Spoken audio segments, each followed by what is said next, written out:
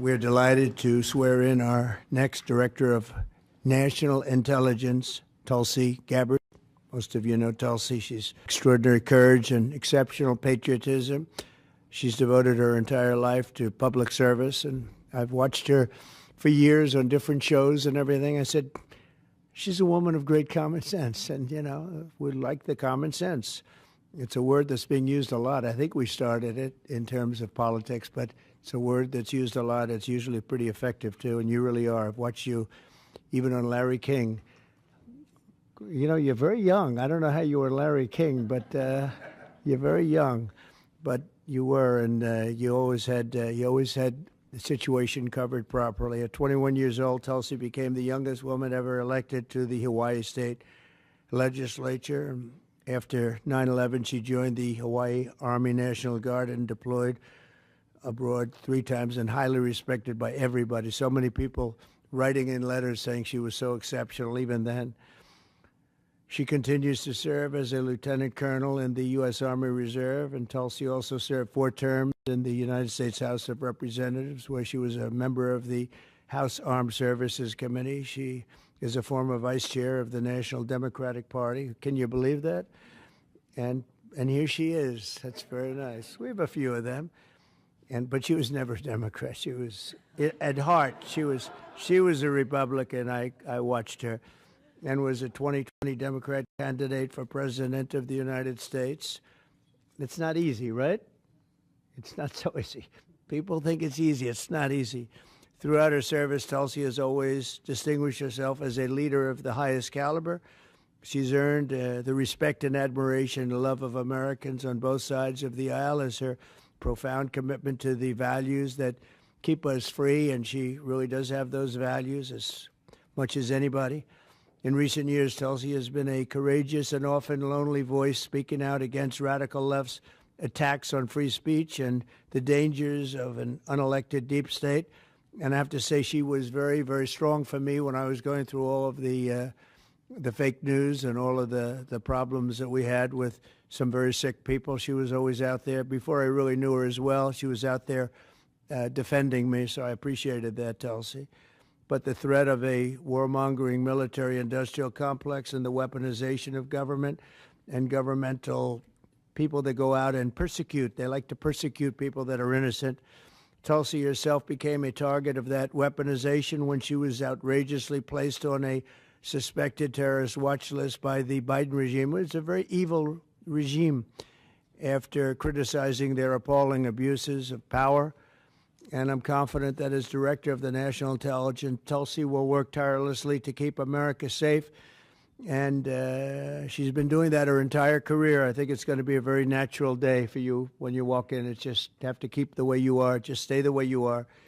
She'll be clear-eyed and she'll be focused on the threat of radical Islamic terrorism and lots of other threats, too, threats from within, and give no quarter to America's foreign enemies. At the same time, I'm entrusting Tulsi with the responsibility of overseeing urgently needed reforms to the U.S. intelligence community to protect the rights and the civil liberties of all Americans. She'll provide the American people with transparency, eliminate corruption, shrink the bloated bureaucracy, and restore honesty, integrity, and trust to the national security state. There's only one thing I can say, that there's nobody like her for this job. This was a very easy one for me. She was recommended by some of the top people in that world. It's a little world, you know. It's a little smart world.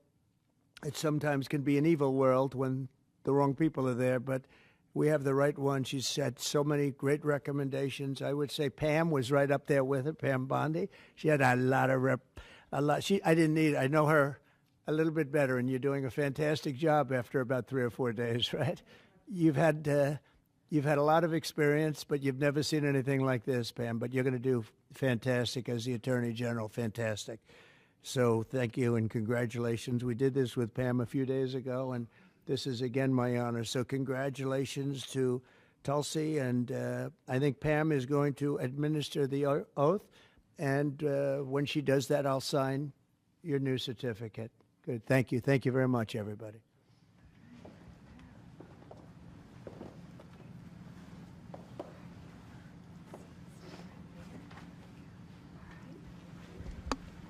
Place your left hand on the Constitution and raise your right hand and repeat after me. I do solemnly swear I, Tulsi Gabbard, do solemnly swear that I will support and defend the Constitution of the United States that I will support and defend the Constitution of the United States against all enemies, foreign and domestic, against all enemies, foreign and domestic, and that I will bear true faith and allegiance to the same, and that I will bear true faith and allegiance to the same. that I take this obligation freely I take this obligation freely, without any mental reservation without any mental reservation or purpose of evasion, or purpose of evasion, and that I will well and faithfully that I will well and faithfully discharge the duties of the office on which I am about to enter. discharge the duties of the office on which I am about to enter. So help me God. So help me God. Congratulations.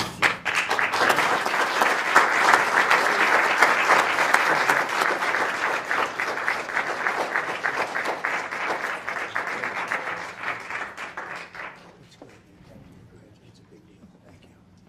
Okay. How's the Oval Office looking?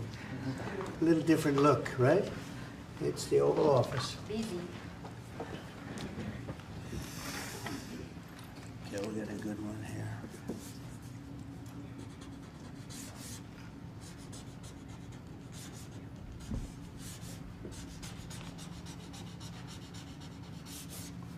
Okay, not bad. Ready? I'll stand up there. I think we'll do it right here. Come on over here, Abraham.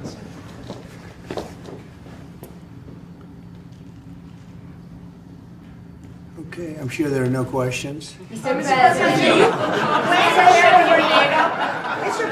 when and where will you be with You know what, I'd like to have Tulsi say a few words first, then we could answer a couple of questions, okay? Mr. President, first and foremost, I just want to say thank you from the bottom of my heart for the trust that you have placed in me to fulfill this critical position as Director of National Intelligence at any time, but specifically during this time. Unfortunately, the American people have very little trust in the intelligence community, largely because they've seen the weaponization and politicization of an entity that is supposed to be purely focused on ensuring our national security.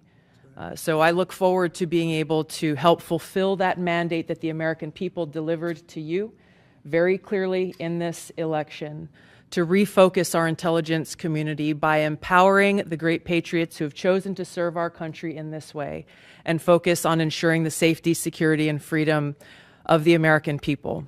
As you've said, Mr. President, this is what I've dedicated my life to, and it is truly humbling to be in this position, to serve in your administration, help to rebuild that trust, and ultimately to keep the American people safe. Last thing I'll mention, that in your National Prayer Breakfast speech, you made a statement about your legacy of wanting to be remembered as a peacemaker.